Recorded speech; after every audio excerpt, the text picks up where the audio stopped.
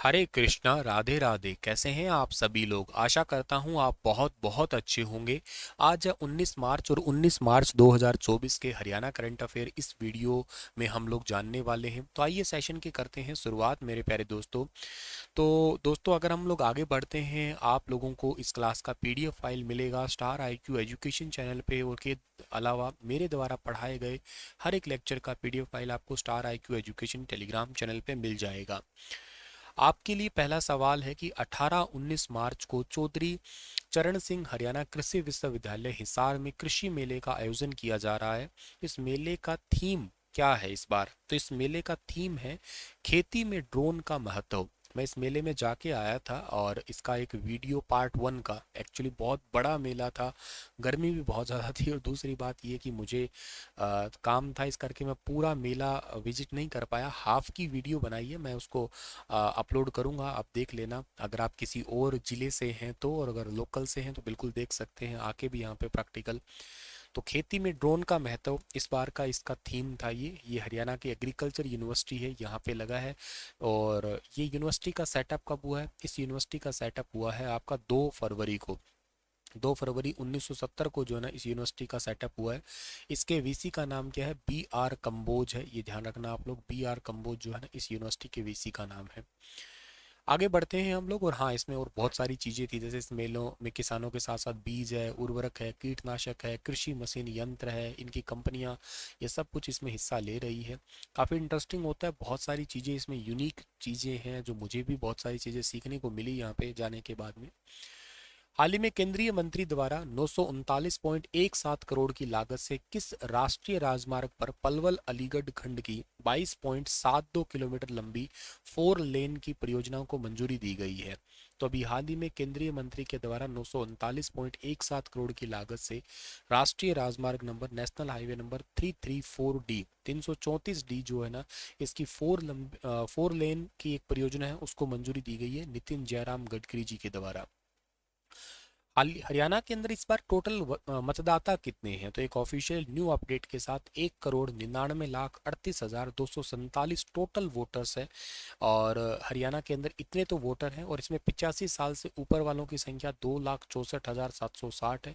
100 से ज़्यादा ऊपर वालों की 11,028 दे रखी है। 120 से ऊपर वालों की संख्या 41 है। और सर्विस जो वोटर्स हैं उनकी संख्या 1,08,572 है। ये एक्चुअली पोस्टल बैलेट, जो आपका बैलेट पेपर होता है ना, मतलब मान लेते हैं कोई आर्मी में ड्यूटी कर रहा है तो वो वहाँ से पोस्ट कर सकता है अपने वोट को। 18 से और 19 साल के मतदाताओं की संख्या 3,65,504 है। 20 से 29 आयु वर्ग की संख्या 39,31,717 है हरियाणा के अंदर। और इस बार टोटल जो है ना 19,812 ये मतदान केंद्र बनाए जाएंगे, जिनमें 6,224 शहरी और 13,588 ग्रामीण मतदान केंद्र होंगे। इसमें 2200 से ज़्यादा जो है ना सेंसिटिव एरिया है, जहाँ पे 63 अति संवेदनशील मतदान केंद्र हैं। एक मतदान केंद्र पर औसतन 1,000 से ज़्यादा मतदाता, मतलब 1,000 एक मतदाता अपने वोट डाल पाएंगे लगभग एक पे। ऐसा इन्होंने ऐसा बनाया, मतलब ऐसे पोलिंग बूथ होते हैं ना, 3 4 5 पोलिंग बूथ, जैसे मान लेते हैं किसी गांव की जनसंख्या 3,000 है तो मोटे तौर पे उस के अंदर जो ना टोटल 3 पोलिंग बूथ बना देते हैं।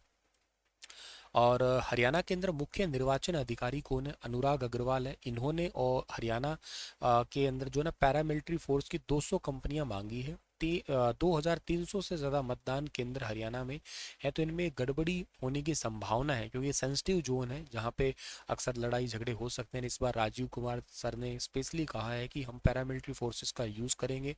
किसी भी पावर की किसी भी जगह पे मसल्स पावर, यानी कि लड़ाई झगड़े है, इसको हम रिड्यूस करेंगे। मिस इन्फॉर्मेशन है जो मीडिया से आती है, जैसे फॉर एग्जांपल के लिए अखबारों में लिख देते हैं ना, इसकी लहर उसकी लहर, स्पेशली आपने बहुत बार सुना होगा मोदी की लहर है। ये मीडिया वाले ना एक तरफा बात बहुत करते हैं, इससे साइकोलॉजिकली इफेक्ट पड़ता है। तो आप आगे से ये चीज़ मेंशन करेंगे कि एडवर्टाइजमेंट है तो ठीक है, अदरवाइज सीधे तौर पे आप ये कहेंगे तो गलत ही है। इससे क्या होता है कि वोटर्स का मन भटक जाता है, एक पर्टिकुलर पार्टी की तरफ चला जाता है। मीडिया वाले भी न्यूज़ मीडिया में स्पेशली एक पार्टी की पॉजिटिविटी दिखाते हैं, बाकी की नेगेटिविटी दिखाते हैं। तो इन चीज़ों पे इस बार के लिए स्पेशली रोक लगाई जाएगी, जिसी को मिस इन्फॉर्मेशन कहा जाता है आपका, ठीक है। हरियाणा के अंदर 10 लोकसभा सीटों का स्केड्यूल आपको मैंने पहले भी बताया था। 25 मई को जो है ना ये वोटिंग होने वाली है। 25 मई को हरियाणा के अंदर वोटिंग होगी। और अगला जो सवाल है कि हरियाणा के टीला नंबर 1 पर राखी गढ़ी का एक टीला नंबर 1 है जहाँ पे इन दिनों खुदाई चल रही है। खुदाई के दौरान 5 दिन में कितने कंकाल मिले हैं? तो 5 दिन में टोटल 3 कंकाल मिले हैं खुदाई के दौरान।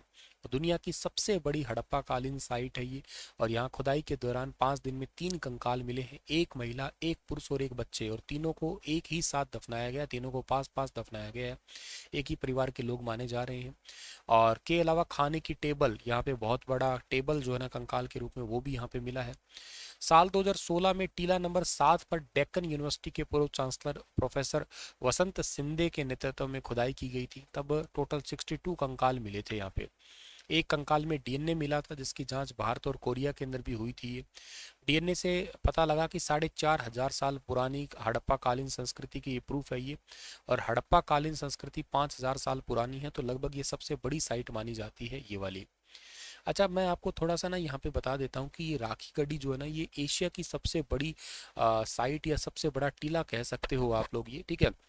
और एक बात आप ये याद रखना कि इसकी जो खोज है इसको ना यहाँ पे मोहनजोदड़ो की बहन भी कहते हैं राखी गड्डी को, ठीक है। एक सवाल है छोटा सा आपका कि मोहनजोदड़ो की बहन किसे कहते हैं राखी गड्डी को। और नेशनल लेवल का यहाँ पे ना एक म्यूजियम भी यहीं पे बनाया जा रहा है। आपका आर्कियोलॉजिकल सर्वे ऑफ इंडिया है ना, वो मिलके यहाँ पे बना रहे हैं।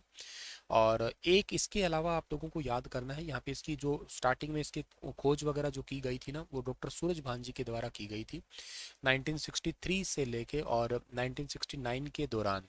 उसके बाद में इसमें 1997 से 1997 से 1999 के दौरान जो है ना अमरेंद्र नाथ प्रोफेसर है उन्होंने भी जो है ना यहाँ पे कई रिसर्च की थी। जैसे चोटांग नदी, दृष्टवती नदी का काल यहाँ पे बताया भी, इस समय यहाँ पे कभी किसी ज़माने में यहाँ पे नदियाँ बहा करती थी वो। और हरियाणा के अंदर बहुत सारी हड़प्पन साइट कह सकते हो आप लोग, या सिंधु घाटी सभ्यता की साइट। जैसे आप लोगों को एक ना बनावली के बारे में पता होगा, ठीक है ना। बनावली ये कहाँ पे पड़ती है? फतेहबाद का एक छोटा सा गांव है। इसकी खोज हुई थी 1973-74 के दौरान हुई थी। रविंद्र सिंह बिष्ट जो है ना, आर एस बिष्ट है, उन्होंने खोज की थी।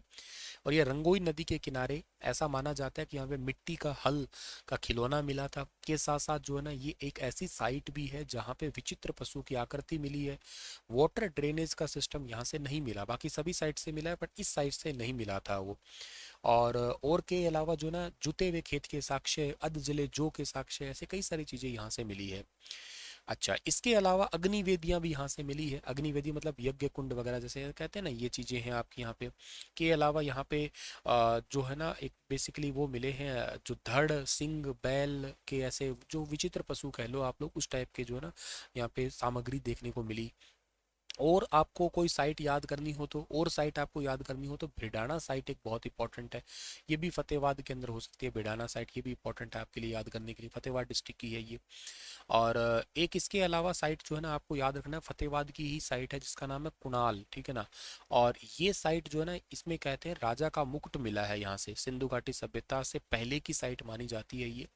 और सरस्वती नदी के किनारे बसा हुआ गांव उस जमाने का ये माना जाता है। और यहाँ पे बहुत सारे मनके वगैरह भी मिले हैं।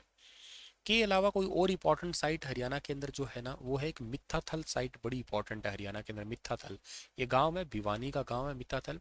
और यहाँ पे क्या चीजें मिली है, यहाँ पे ना सड़कें ग्रिड टाइप की मिली है, ठीक है ना। ग्रिड टाइप की सड़कें मिली है यहाँ पे और एक दूसरे को समकोण पे काटती है। बाकी यहाँ पे वो तांबे के रिंग मिले हैं, 13 तांबे के रिंग है, तांबे की चूड़ियाँ मिली है यहाँ पे, तांबे की कुल्हाड़ी भी मिली है यहाँ से। और तांबे की कई सारी चीजें मिली है, भाले वगैरह भी मिले हैं। एक गजदंत पिन जिसको हाथी पिन कहते हैं। बहुत सारे यहाँ पे कनिष्क काल के सिक्के भी मिले हैं, समुद्रगुप्त कालीन सिक्के भी यहाँ से ही मिले हैं। तो कई सारी साइट्स जो है ना यहाँ से इम्पोर्टेंट रिलेट करती है।